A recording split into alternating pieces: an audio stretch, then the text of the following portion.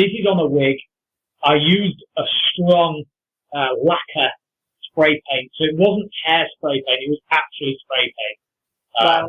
And you, and you stenciled, I presume. You had a stencil? Yeah. Yeah. Totally cool. Totally cool. So I know that you love texture in hair. So now when we kind of go through here and we look at the amazing textures that you create through here, just gorgeous, gorgeous textures. This one is just amazing how you created this sort of texture. Your gentleman was amazing as well. So let's just park and look at some of these lovely looks. And let's just go back to your men's style. Well, okay. So I don't often, I am a fully qualified barber, and I've got a lot of men's collections and shoots under my belt. But I do specialize in ladies, but, I do a lot of men's hair. Now, this, collection was nominated for the World Men's Image Award. I was only 23 when I shot it.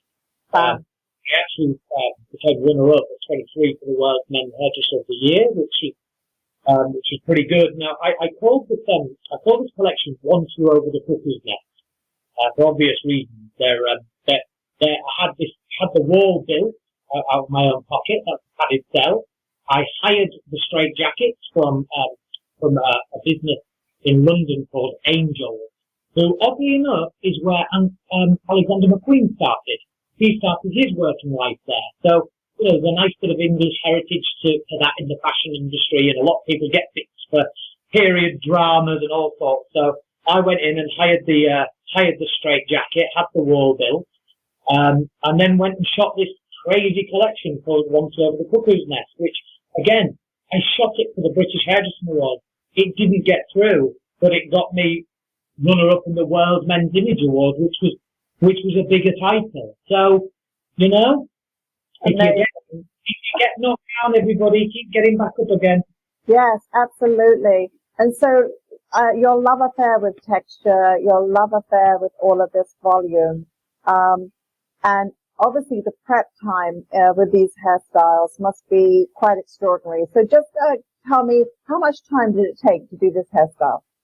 Okay, well, I'm going to go back one, because it's the same model. So I'm very, very fond of this shoot. This won the British Hairdressing Awards in 2010. Again, this is shot with Andrew O'Toole. So for a winning collection, I love it. Now, the one that's like the big lion, that's called the Lion's Mane. That one to me is really special because I will always remember how I created it, because I created it with my mum, and my mum's no longer with us, so it's really special to me is that. And I'll tell you what we did.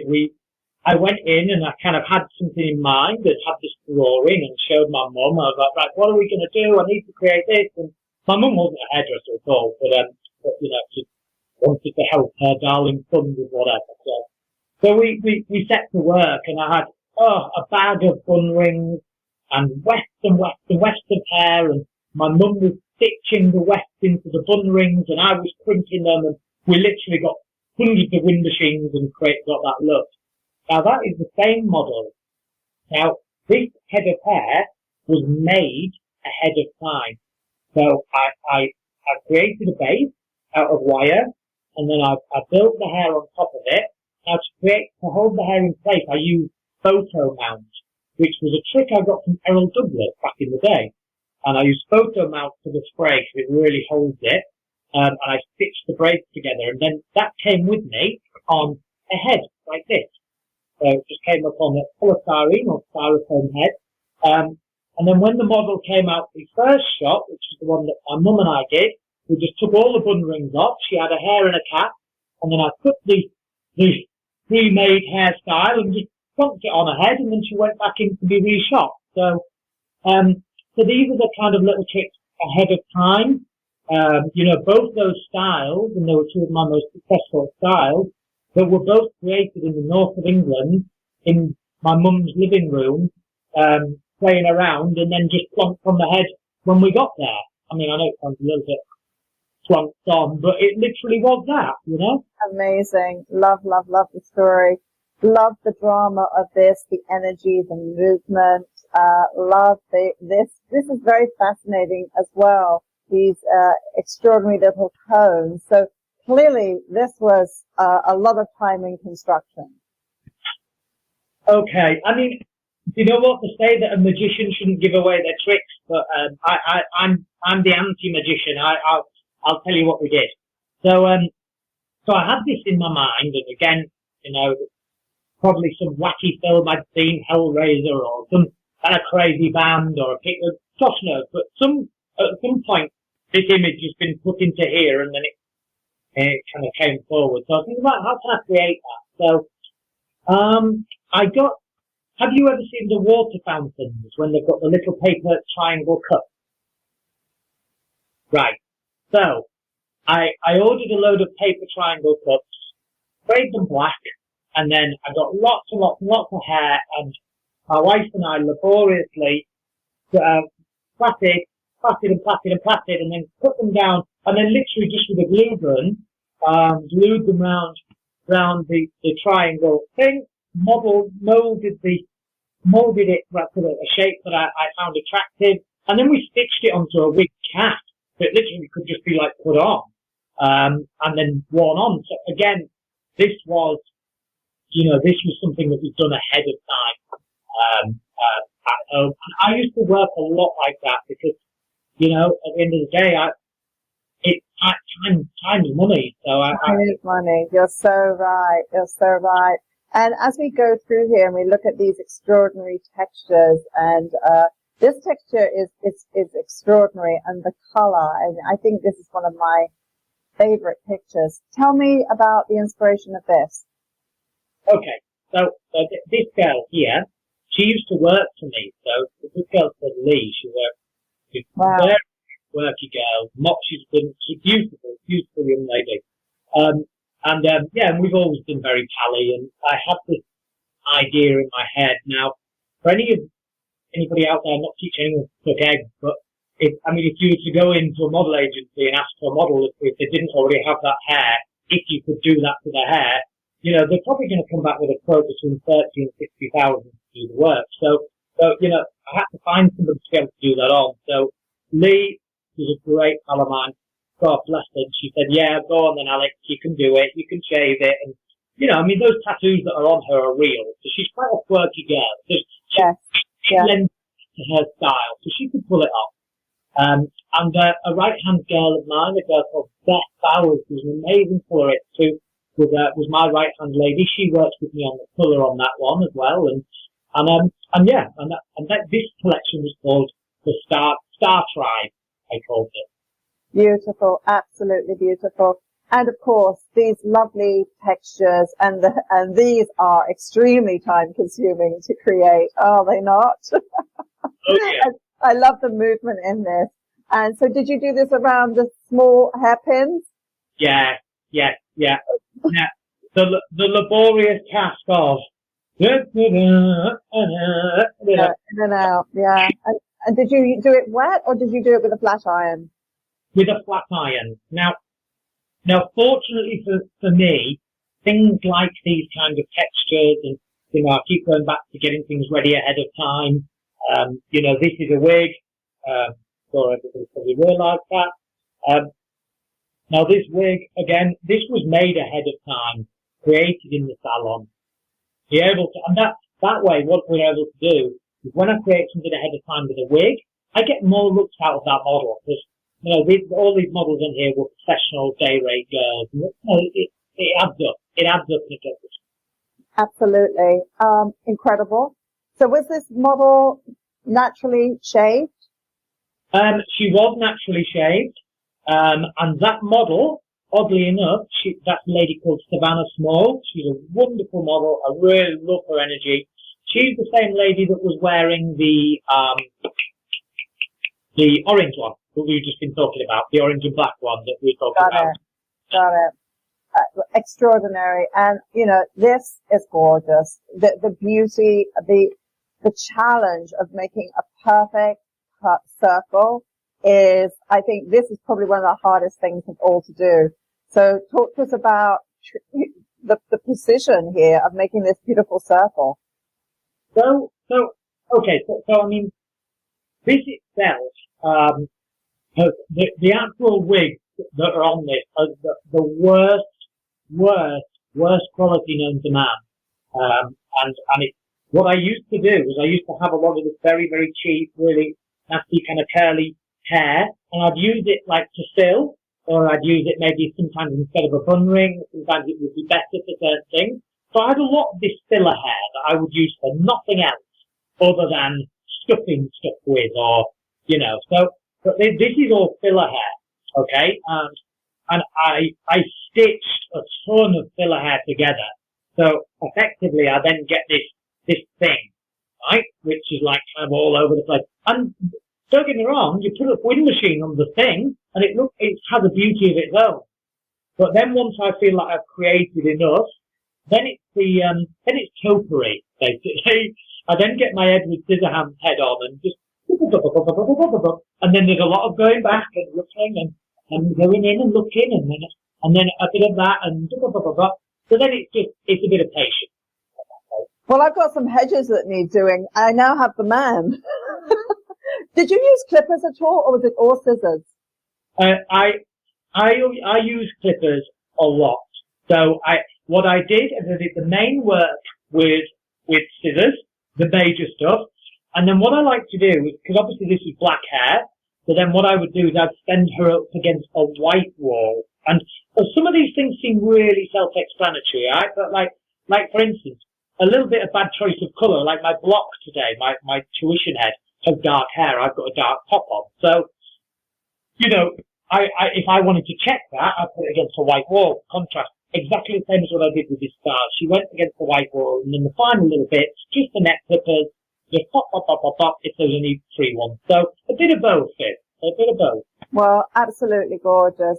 And as we move on and just kind of finish the summation of your extraordinary work for our friends to see the whole creativity of taking this amazing texture, your playfulness with avant-garde, and how creative you are as you go through here and joining the through. So in scrolling through these images, would you say that there is one image here that is your favorite and the one that would have the best secrets to share with us? I'm going to just go back and you can tell me when to stop. Yeah, I mean, I guess you want to know what's my magnum opus. Yes. Yeah, which is a beautiful word, which I really like, which means, what is the pinnacle? It's hard for me because I wear so many different hats with integrity. I love beautiful hair and I love avant-garde hair. I love really kind of creative hair. But, you know, there's something about all of these that I think I love. But if I was having to pick one, I'd probably go back to the lion's mane, which I did with my mum. And I think for reasons of, obviously, it's important to me for sentimental reasons, but also it won the British Hairdressing Awards. It was part of something that won. It was a great image. It was the first time I'd worked with Angela School, which was something I really wanted to do. So there's a lot that encompasses this collection. And this collection was called Apparitions, by the way. An apparition is like a ghost or spectre, and I wanted it to be haunting. The word haunting had to echo through this whole collection. Well, I think what you've communicated today is that it's not just about doing a hair technique. You created a story, and that story has to work on every single aspect: the lighting, the style of the photography, your backdrop, your makeup, all the attention to detail of the hands, the fashion styling, all of the little elements, the right model wearing the right look. Sometimes when we cast, the model may be too strong for a look, and somehow we go with it, and we just think, she looked a little hard, and then we spend time in retouching, etc., or the lighting is really tricky on the day. So I think the message that comes for us to all take inspiration is that it is a totally beautiful photograph, and every element completes, it doesn't compete. And I think that's the profoundness of it. And I think it's very hard to teach good taste. it's hard to train the eye. And obviously when you spoke in one of our sessions about your fundamentals and going through classic hairdressing, and you weren't really into it, like none of us were, because we wanted to do all the cool, fun stuff, and we were stuck doing the traditional stuff. That traditional stuff eventually comes back and becomes cool, because fashion always moves in a circle, doesn't it? And so the thing that you get tortured over, a finger wave or a Marcel wave, all of a sudden, you know, it lands back on the red carpet or a version of it. And it's like, no, I didn't learn that in school. So the fact that you have such a classic foundation clearly comes through, because your ability to control a lot of hair and know when to stop and when to start. So I think that's really powerful. So in sort of wrapping up today's photographic look, before we jump into your little demonstration, what advice would you like to give to anybody that's going to go into the studio and shoot a collection? Can you believe I've just lost for words a second? You just actually have thrown me a second then, because one piece of advice, and it's got to be so valuable. It has to be so valuable, because that one piece of advice. Okay. So, fail to prepare, prepare to fail. I think if you want to go in and create a shoot, have your plan. Have your plan. Know who's coming in. If you've got a few models, book them on half days if you can. Have a plan, have a structure, but also have a backup plan. Because there's lots of times on a collection or a shoot, or I might have to send a model off and that model can't work for whatever reason, or something hasn't worked. Have a backup plan. So I think the image that you really liked, which was like the drama of that, there was all dreadlocks coming out of that girl's hair. Yes. I'm just going to, if we get back that image, I'm just going to share a little bit of something, because that nearly was a disaster, that image. Okay, so these were all little pieces and the freedom dreadlocks that we did, and I created it and I made it into like, almost like an African basket on top of this girl's head, and it was funny, with all these little feathers coming out there, but her face was too delicate for what I created, and every time we shot it, it wasn't looking good. So, at that point, I turned the music up full blast. I put heavy drum and bass on. And I said, right, let's get everyone going. Richard Miles was shooting frame after frame after frame. And this lady called Vanessa David, she's a good friend, she's an amazing model. I said, right, Vanessa, what I want you to do is turn your head upside down, start pulling little pieces out, pulling pieces out. I'm even dancing as I'm talking to people. I'm back in the room, right? We're pulling pieces out like this, and they're all over the place. And we go bang, bang, bang, bang, bang, bang, bang, bang, bang. And then we went through the frame, and then the drama and the magic started coming together. But you know what? I've got a bit of experience, and I understand the photographic world. I'm always learning. I don't know it all, but I've got enough of experience and enough confidence to not lose the plot when that shoot wasn't working. And I've practiced the style, I've drawn it, I've done it on a blockhead, and I've done it on a model that's in the north of England. And it all looked great. But on the day, it didn't work. But what I got out of it was better than what I originally started with. So, have a plan, be prepared, but also have a backup plan.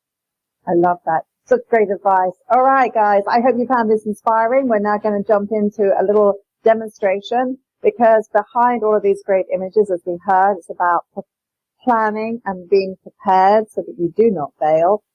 So let's go into what that is. Okay. So, ladies and gentlemen, I'm going to bring my friend over here. So this is she's just a standard head, okay? So I normally use our Renee Paris mannequin head, which is brilliant. But what I want to do is I want to give you an idea of what an actual client looks like. Okay, so I'm going to talk about wrapping hair. Okay, now some people know really well how to wrap hair. Some people don't. There's a lot of misconceptions because there's so many different types of ways to wrap hair.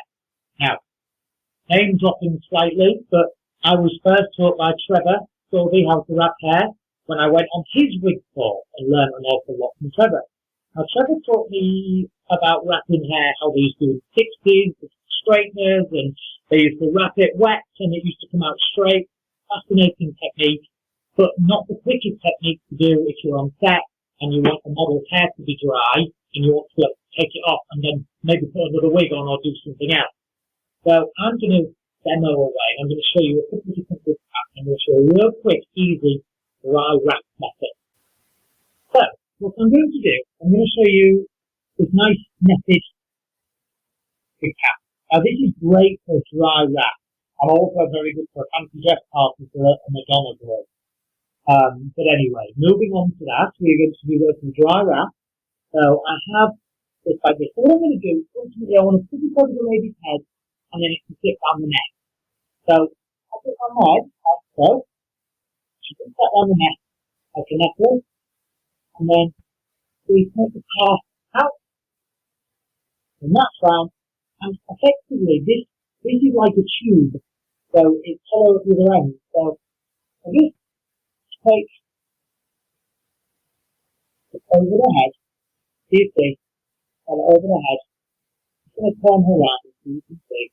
Of course, in gents between the salon, we have the mirror, and use the camera right here. So then just work that back into the hairline. And this is only a block head or tuition head, so the ears are pretty flat to head, but generally the ears are really difficult to wig cap. So then what we're left with, the wig cap is up here, with the mesh, okay, and then I move to the ponytail, and that's the rest of the wig cap. So what I'm going to do is move it over the hair, and then wrap the hair in. I'll show you. And move her, like this, and nice and stretchy. Kind of bundle the hair into here. And don't get me wrong, there's lots of different ways you can wrap hair and what do you? You see how that's in there, it's in the mesh, and I can separate that over. So now let's fold this like so.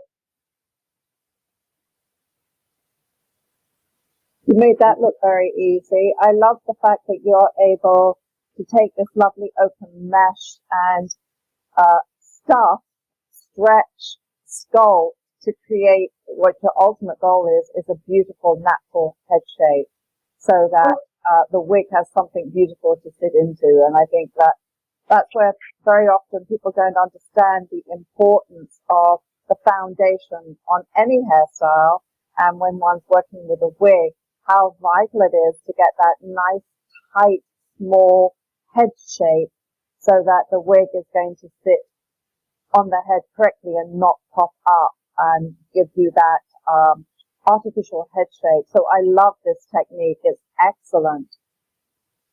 Oh, good. Well, I'm glad you like it, and it does work really well. But ultimately, because we do a lot of photo shoots with different models, and they might have to wear lots of different wigs on at the time, and you know, we don't necessarily have the time to do a big wet wrap. Yeah.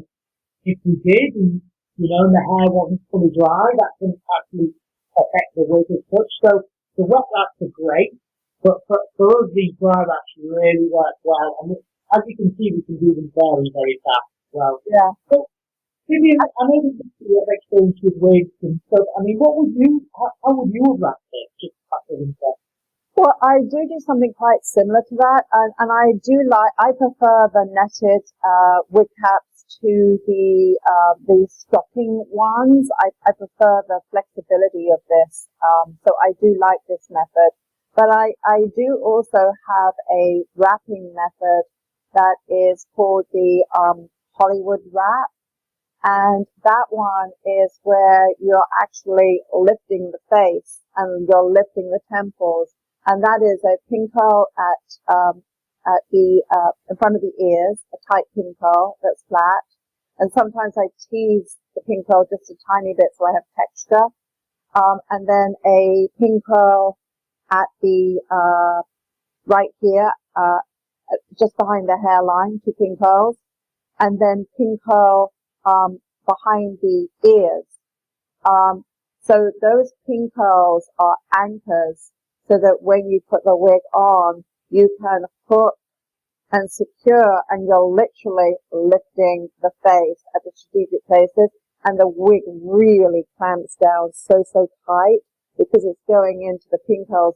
The rest of the hair is wrapped the way that in a circle, and you or you do what you did, you're cheating it back, and you're bringing the hair through the way that you did, but it's just cheating back off the hairline so that you have your strategic pin curls, and that lifts the cheekbone, this lifts the forehead, and this lifts the neck, the jowl and the neck. So that's why it was called the Hollywood wrap, that it actually gave the client, the models, the actresses back in the 20s a facelift.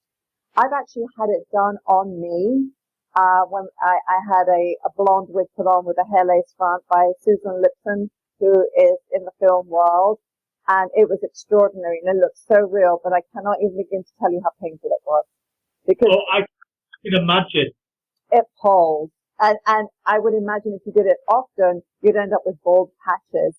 So I think it's marvelous that you've demonstrated this, the ease of it. And again, guys, the reminder that everything's about the foundation. And if this foundation is not sitting right, then it's not going to work. And I am hoping by now that you're thinking about wigs, not just for the client who may be sadly having some hair loss, but also thinking about the creativity of going into a studio, working with a gorgeous model, being absolutely creative because your wig is this wonderful canvas to play with that gives you total freedom in design. So thank you so much, Alexander. Super excited about this. And guys, in our next episode, you're going to see Alexander teach me how to work with one of his gorgeous wigs. And I am the student, and I love being the student. So thank you so much, Alexander, for being with us today and sharing your wisdom. Thank you. See you again. Okay, guys, take care and bye for now.